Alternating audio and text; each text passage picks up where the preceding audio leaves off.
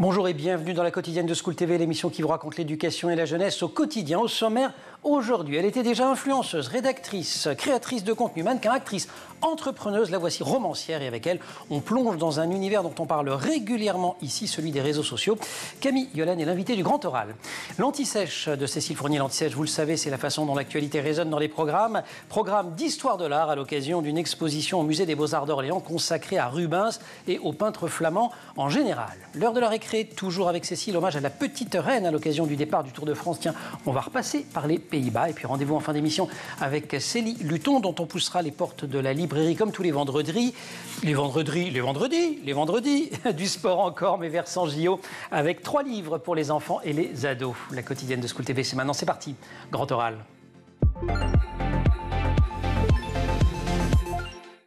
Aujourd'hui, je vous propose de passer de l'autre côté du miroir déformant des réseaux sociaux avec une Instagrammeuse qui est elle-même passée de l'autre côté du miroir, de l'image au texte, du format court au format long, du réel à la fiction. Camille Yolène et ses plus de 500 000 abonnés sur Insta est devenue romancière. Elle publie chez Albin Michel un premier roman intitulé J'aime. Camille, bonjour. Bonjour. Ravi de vous accueillir. Qu'est-ce qui vous a donné envie de nous faire entrer sous forme de roman dans ce monde, dans cet univers qui est le vôtre ?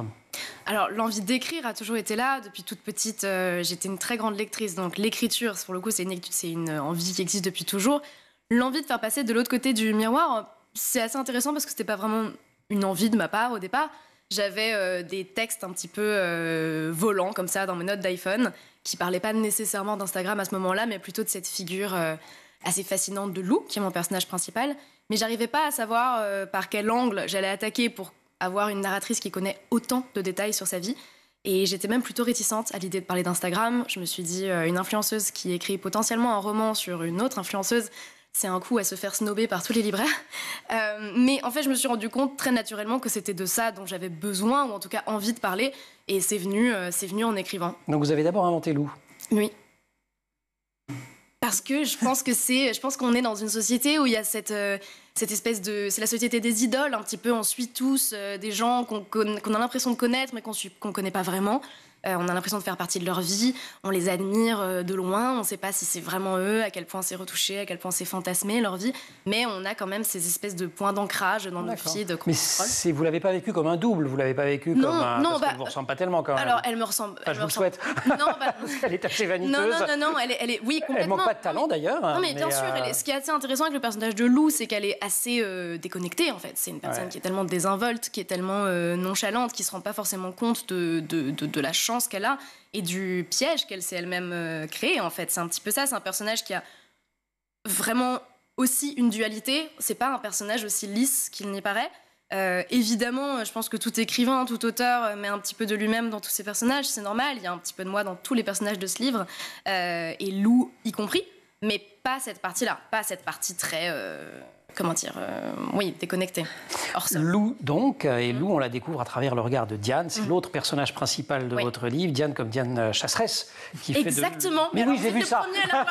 Mais ça, super, mais bravo, parce qu'effectivement, je cherchais un prénom pour mon personnage, pour ma narratrice. Ouais. Je me suis dit, il faudrait un nom de quelqu'un qui chasse, en fait. Et là, vous êtes souvenu que vous aviez fait des études de lettres. Mais bravo, parce que l'onomastique, c'est hyper important. Enfin, vraiment. Alors Lou, je me suis demandé qui ça pouvait être. Lou Andrea Salomé, j'ai pas eu de... Lou, je trouvais que c'était vraiment ce prénom un peu très parisien, un peu bravache, quelque chose de très moderne et en même temps un peu intemporel. Je trouvais que ça sonnait bien. Bon, en tout cas, on a cette Diane qui va entrer en chasse. Elle est photographe par ailleurs. C'est c'est une voyeuse. Oui, complètement, bien sûr. Mais je pense qu'on l'est tous aujourd'hui. C'est quelque chose qui est augmenté avec les réseaux sociaux. Après, sa quête, en fait, son absolu à Diane, c'est la beauté, c'est tout ce qui est esthétique, c'est tout ce qui est beau. Et je pense que pour elle, Lou, c'est un petit peu l'incarnation même de ce petit bijou dont elle a envie de saisir l'éclat. Et on ne sait pas dans quelle mesure, on ne sait pas jusqu'à quel point. Et le livre raconte un petit peu ça d'ailleurs. Lou, qui est une jeune femme qui vit à travers les autres. Elle a du mal à se trouver. Lou ou Diane ? Diane. Ouais, les deux, en fait. C'est les deux. Intéressant. Mais c'est vrai, mais vous savez quoi, c'est marrant parce que je me le suis mis entre guillemets à travers les autres parce que je sais que ça vient de votre texte. Et Et en me relisant, je me dis, mais laquelle en fait? Bah, les deux. Mais en ouais, fait, c'est vrai que j'avais cette discussion avec un libraire il y a 2 semaines lors d'une signature qui me faisait cette analyse assez juste. Il disait, en fait, pour moi, les deux en fait, sont toutes les deux piégées par le monde des apparences et par le fait de vivre à travers le regard de quelqu'un. En l'occurrence, Lou, c'est 730 000 abonnés et Diane, c'est les personnes qu'elle admire. Elle a besoin à tout prix d'exister à travers leurs yeux. Et je pense que sa proie, en l'occurrence dans le livre, c'est Lou. Et il y a cette idée d'envie d'exister par le regard que les gens nous portent.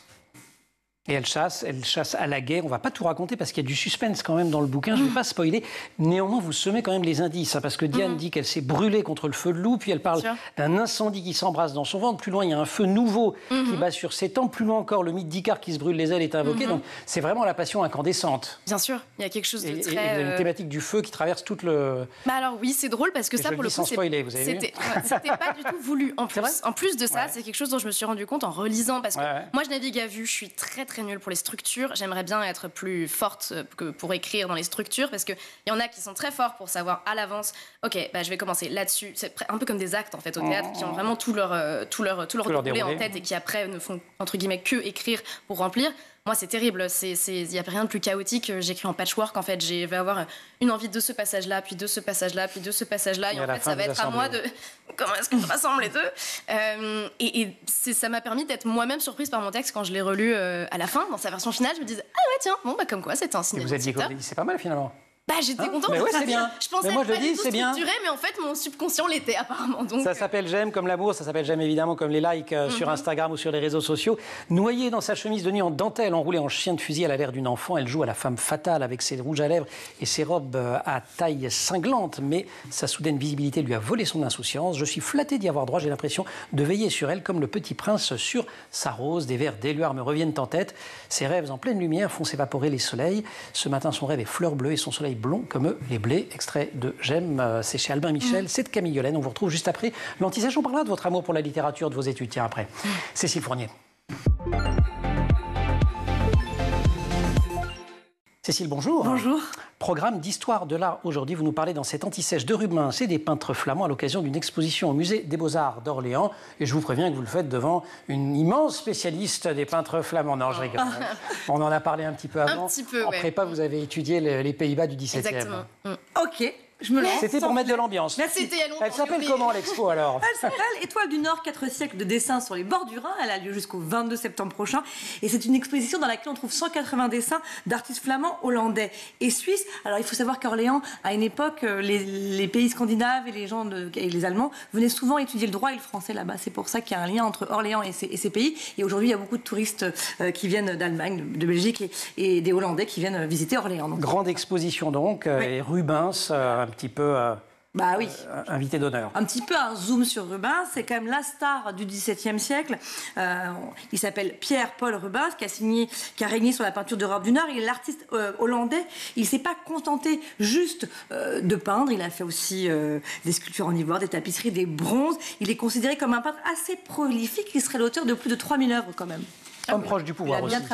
Oui, il a beaucoup voyagé et il jouait un petit peu les agents chargés de collecter des renseignements d'une cour à l'autre. Un petit peu espion alors. Je ne sais pas, je n'irai pas jusque-là, mais ça ressemble un peu à ça. Alors il vient d'Anvers, mais il a beaucoup vécu aussi en Italie pendant 8 ans. Il a été appelé à l'âge de 20 ans par le duc de Gonzague à Mantoue et c'est là où il va un petit peu étudier la Renaissance.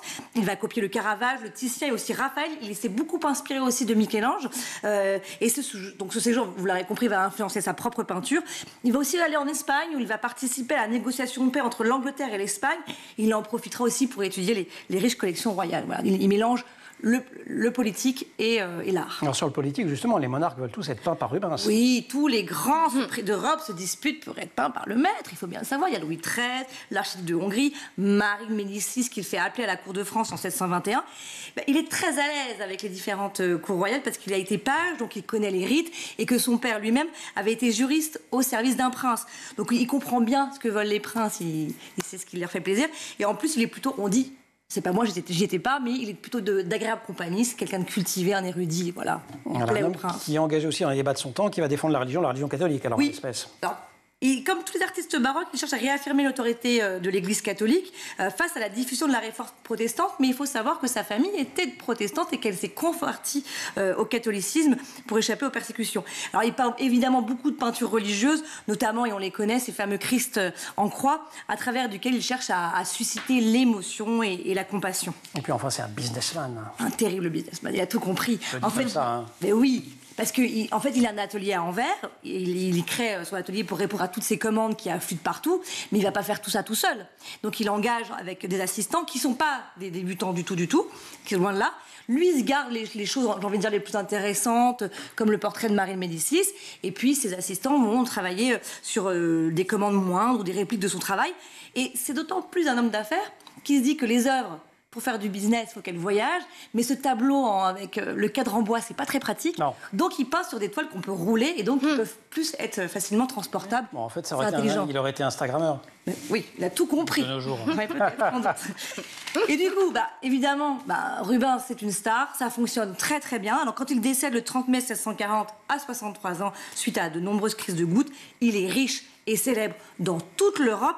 C'est un peintre très admiré et son influence sera déterminante sur les peintres de la couleur, j'ai envie de dire, des siècles suivants, tels Watteau, Delacroix ou même Renoir. Cécile, merci beaucoup pour ce portrait de Rubens, dont on peut donc voir les dessins au Musée des Beaux-Arts d'Orléans, une exposition qui se tient jusqu'au 22 septembre. Vous aviez un livre coup de cœur autour des Pays-Bas de cette époque. Oui, c'est Le Chapeau de Vermeer. De Timothy Brook. Exactement. Voilà, et moi je conseille également La miniaturiste de Jessie Burton. Ça vous fait plein de lectures à l'arrivée. D'accord. Ouais. Et moi j'ai pas de conseil, là je passe complètement pour vous avez un conseil qui est d'aller voir l'exposition. Enfin, écoutez, voilà, si vous voulez, vous pouvez conseiller de lire le livre de Camille. Allez, vous faites la transition. Lisez le livre de Camille qu'on retrouve tout de suite dans le Grand Oral.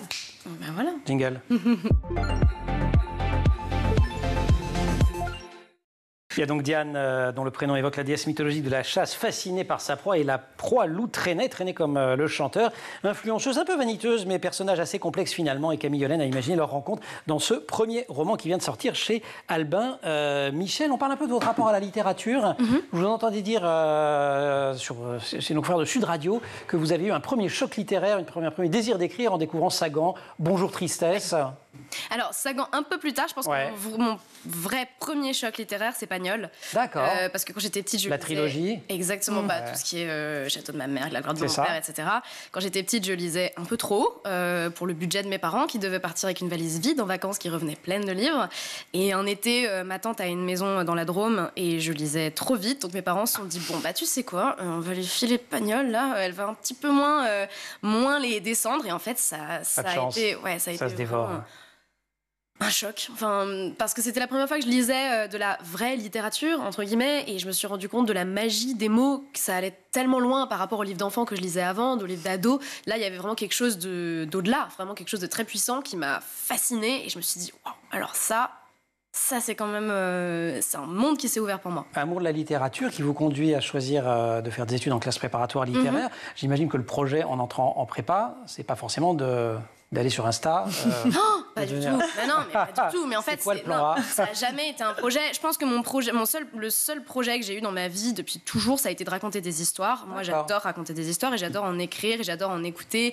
Et que ce soit en images, que ce soit en mots, que ce soit en musique, je suis vraiment fascinée par les histoires. Je pense que ça a toujours été mon seul projet. C'est juste que quand j'étais petite et que quand j'ai dit à mes parents que je voulais un jour raconter des histoires, bon, c'est pas passe ton bac d'abord, on prépare ensuite et on en reparle. C'est un petit peu ça. Donc j'ai fait un bac S où j'étais médiocre. J'ai eu mon bac S grâce aux matières littéraires. Et ça a été un soulagement pour moi à la prépa parce que je me suis retrouvée d'un coup complètement débarrassée de tout ce qui était maths, physique, SVT qui me polluait ma bande passante mentale. Et j'étais vraiment... j'avais la chance en plus... Au départ, c'était un traumatisme, mais j'étais dans un internat avec d'autres jeunes filles et j'étais à la maison d'éducation de la Légion d'honneur. Donc c'est quand même avec l'uniforme et tout. C'est un décor de roman en soi. Et en fait, c'était incroyable parce qu'on passait la journée à lire, à parler d'auteurs, à écrire. Et ça a vraiment été une espèce de bulle de 2 ans où j'ai pu me déployer à ce niveau-là sans forcément toujours savoir précisément comment j'allais exercer mon amour des mots. Alors on écrivait, avec ma coloc, ma copiole, on écrivait chacune notre roman, on a commencé à en écrire un ensemble. Et... Vous n'êtes jamais allé vous baser sur Wattpad, sur tout ça, faire un peu de fanfiction, non? Le Wi-Fi à la maison d'éducation de la Légion d'honneur, c'était bien tendu. Message. Il fallait pirater le truc, quoi. La maison de la Légion d'honneur Saint-Denis, là. Après, en même temps, c'est une prépa. On n'est pas censé aller écrire des trucs sur Wattpad en parallèle. C'est vrai. Mais il y avait cette ambition-là, et je pense que là où j'ai commencé à entrevoir quelque chose, c'est quand je me suis dit, bon, j'ai pas envie d'être journaliste. Est-ce que mon amour des mots et des jeux de mots, je pourrais pas l'utiliser dans la publicité, par exemple? Donc, j'ai passé le concours de l'ENS, je suis arrivée au CELSA, où j'ai fait justement des études de publicité, de storytelling, et ça a été... Donc c'est ça le fil que vous avez tiré pour l'écriture. Exactement. Il y a quand même un autre fil, c'est que vous y arrivez à la maison de la Légion d'honneur à Saint-Denis en provenance de Colmar. Oui. Il y a des pages assez désagréables sur les Parisiens et les Parisiennes surtout, dont j'aime. C'est... Comment vous l'avez vécu, vous, cette arrivée à... Alors, ça a toujours été un rêve pour moi d'habiter à Paris. Pour vous dire, quand j'avais 14 ans, mes parents m'ont fait la surprise de redécorer ma chambre entièrement en couleur de Paris. Donc, Tour Eiffel, en fer forgé dans ma chambre. Enfin, vraiment, c'était... Ouais, mon sous-main d'ordinateur, c'était le plan du métro. Donc, je connaissais le métro avant d'arriver à Paris. Je l'avais jamais pris. Je savais à l'avance, c'était mon grand jeu de dire à la 4 puis la 7. Parce que je voulais m'y connaître. Et donc, ça a toujours été un rêve pour moi d'habiter à Paris. Les Parisiens, la figure des Parisiens et des Parisiennes m'a beaucoup décontenancée en arrivant. J'avais notamment une amie en prépa qui avait vraiment, pour moi, ce côté très nonchalant. Pour moi, l'attitude parisienne, par excellence, c'est quelque chose d'assez désinvolte, d'assez déconnecté. Rien n'est grave. En Alsace, on est assez rigide. Hein. C'est quand même vraiment l'état d'esprit. Je vous laisse. Non, mais vraiment. Enfin, moi, j'ai grandi là-dedans. Il y a beaucoup moins cette prédominance de... Il y a moins la culture, je sais pas comment expliquer, le laisser aller, le faire confiance aux enfants pour se développer un peu dans le côté artistique. Moi, en l'occurrence, j'ai pas trop grandi là-dedans. J'ai une famille d'artistes, donc on m'a forcément toujours encouragée là-dedans, mais c'est pas non plus autant que certaines amies parisiennes que j'ai découvert ensuite qui... Mais il n'y avait pas que ça quand même, je vous cite. Au fil des années, j'ai appris à reconnaître ce regard parisien, c'est Diane qui parle. Oui. En 5 secondes montre en main, ma valeur est fixée. Ça, c'est le monde de la mode en particulier, je pense. Oui, c'est le monde de la mode qui est un petit peu impitoyable à ce niveau-là, parce qu'on est quand même avant tout sur des étiquettes, que ce soit des adjectifs ou des noms de vêtements. Hein. Il y a vraiment cette notion des étiquettes, je pense, dans le monde de la mode, que j'avais envie de mettre. En tout cas, c'était pas... Oui, c'est une petite pique comme ça. C'est une petite pique en passant. Allez, une petite pique. Vous savez quoi, on va retourner du côté des Pays-Bas, pour une raison que j'ignorais totalement jusqu'à il y a quelques minutes en découvrant la chronique que va vous livrer désormais avec son brio habituel, Cécile Fournier.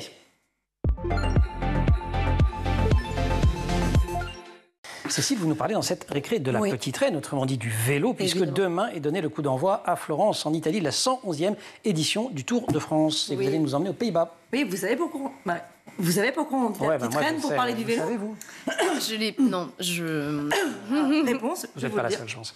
Cette expression, elle remonte au 19e siècle et tire son origine de l'histoire donc des Pays-Bas, vous l'avez dit, au temps du règne de Wilhelmine qui accède au trône à l'âge de 10 ans et en 1890. Et quelques années plus tard, la presse française souligne la drôle d'habitude qu'a la reine de se déplacer à vélo. C'est ainsi que l'expression « la petite reine à bicyclette » voit le jour. Et ensuite, elle va être reprise par de nombreux journaux et finalement, ça va devenir la petite reine qui fut adoptée par l'ensemble de la population. Génial, super genre de culture. Moi aussi. On revient au 21e siècle. Le vélo fait de plus en plus d'adeptes, pas seulement chez les rois et les reines. Oui, en 2023, 31,7 millions de Français déclaraient avoir fait du vélo au moins une fois dans l'année.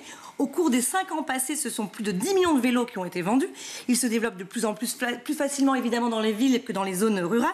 Et dans certaines communes, le vélo-taf explose. Le vélo-taf, c'est le fait d'aller à vélo au boulot. Hein. C'est aussi simple que ça. Si on a inventé un mot, c'est que ça existe. Ça existe. En 2022, à Strasbourg, ce sont plus de 18% de travailleurs qui se rendent au bureau à bicyclette.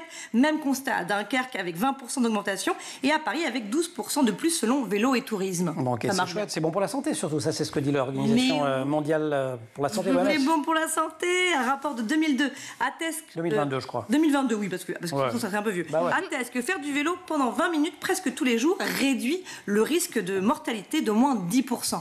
Intéressant. On peut y dire également que les déplacements actifs sont associés à une diminution d'environ 10% du risque de maladies cardiovasculaires et 30% du risque de diabète de type 2. La mortalité liée au cancer est inférieure à de 30% chez les personnes se rendant sur le lieu de travail ou à l'école à vélo. Marcher aussi, c'est bien, mais ça, c'est encore une autre sujet. À quelques jours des vacances, vous nous proposez quelques petites idées pour les grandes vacances, en dehors du Tour de France, que ça va un peu trop vite pour moi. Oui, non. Alors, pourquoi pas sillonner la France et même l'Europe à vélo? Bien sûr. Hein, Emmanuel? Bah, tout de suite. Évidemment. Aujourd'hui, il y a 56 000 km d'itinéraires cyclables dans l'Hexagone. L'objectif du gouvernement est qu'il y en ait 80 000 d'ici 2027. Il existe 56 itinéraires et parmi ces 56 itinéraires, 10 traversent l'Europe. Ce sont les routes Eurovélo. Par exemple, l'Eurovélo numéro 3, appelé la véloroute des pèlerins, traverse la Norvège, la Suède, le Danemark, l'Allemagne, la Belgique, la France et l'Espagne. C'est sympa. Ok, si on ne sait pas faire du vélo. Eh bien, si vous pouvez regarder sur Netflix. Ah, s'il vous plaît. Ça vous va? Plan B. Assis sur votre canapé. La série documentaire qui est extrêmement bien faite, c'est la 2e saison qui s'appelle Au cœur du peloton. Et qui parle, vous l'aurez compris, du Tour de France. Voilà, et si vous êtes du côté, vous suivez le trajet du Tour de France. Tour de France qui s'achève cette année à Nice, sur la promenade des Anglais, et pas sur les champs pour cause de Jeux Olympiques. Ce sera le 21 juillet. Merci beaucoup, Cécile. Grand oral, Camille Allen. Lou pose pour la première fois les yeux sur Diane. C'est Diane qui parle. Elle se pose les 2 questions par lesquelles son logiciel interne filtre chaque nouvelle tête. Est-elle plus jolie que moi ? Puis-je acceptablement être vue en sa compagnie? Voilà, un autre extrait pour toujours planter le décor sur cette relation entre Lou et Diane. J'essaye de ne pas en dire trop parce qu'il y a un petit suspense. On comprend dès le début que Diane a fait un truc pas net. Oui. Je dis, c'est clairement, ça doit débarquer, page 30. Enfin bon, il n'y a pas de suspense autour de ça. On le raconte par le truchement d'ailleurs des visites qu'elle rend à une thérapeute, à une psychothérapeute. Pour le reste, voilà, c'est l'histoire de la façon dont elle essaye, dont chacune essaye de construire une emprise sur l'autre finalement. Et le truc dérape un tout petit peu.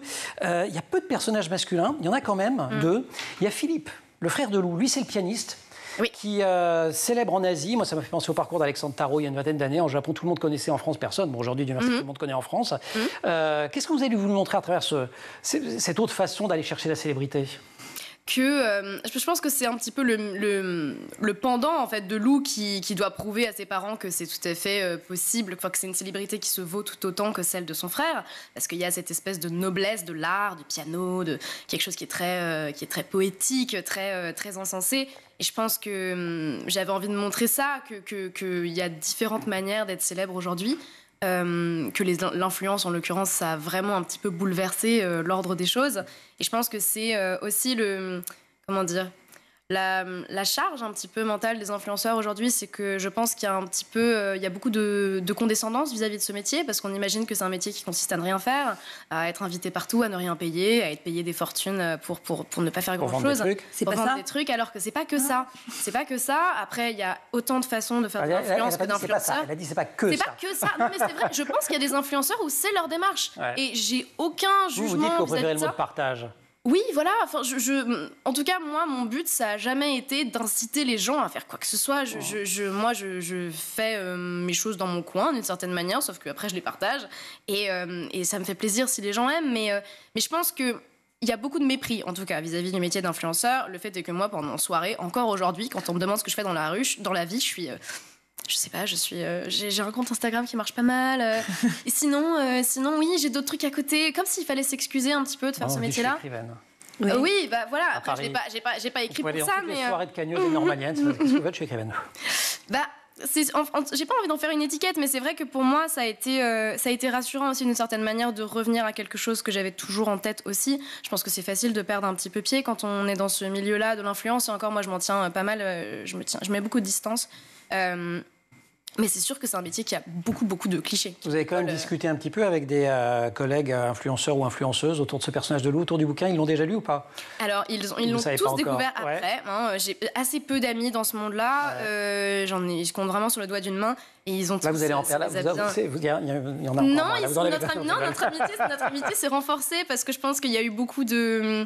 On s'est tout un petit peu reconnus aussi dans ce texte, comme c'est un texte comme le personnage de Lou est un petit peu évanescent, c'est jamais ces personnes en particulier, c'est vraiment une espèce de cumul de choses que j'ai pu sentir, pressentir, glaner par-ci par-là.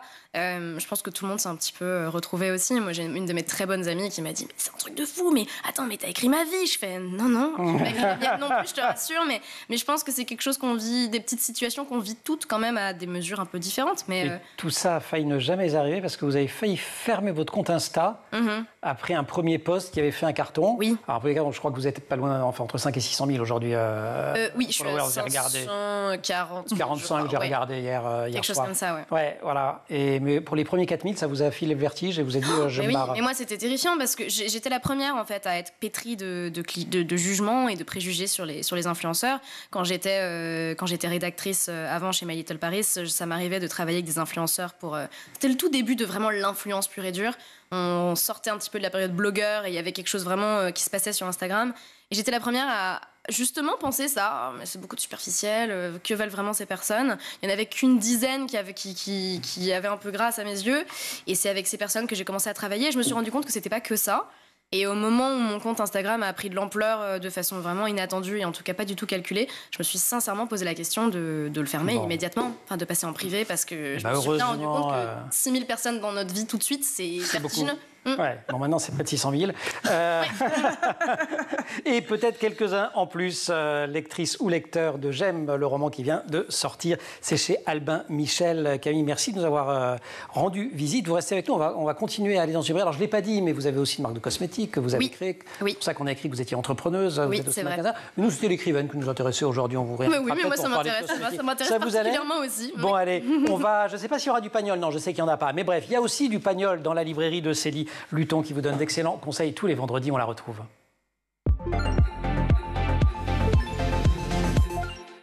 Et comme tous les vendredis, notre rendez-vous avec Célie Luton. Célie, bonjour. Oui, Emmanuel. Une nouvelle petite spéciale Jeux Olympiques, les sports. Et oui, on s'entraîne. Et on s'entraîne d'abord avec Marcel le champion d'Anthony Brown. Mais oui, parce qu'avant, on veut voir le sport en tant que discipline et compétition. C'est quoi un champion?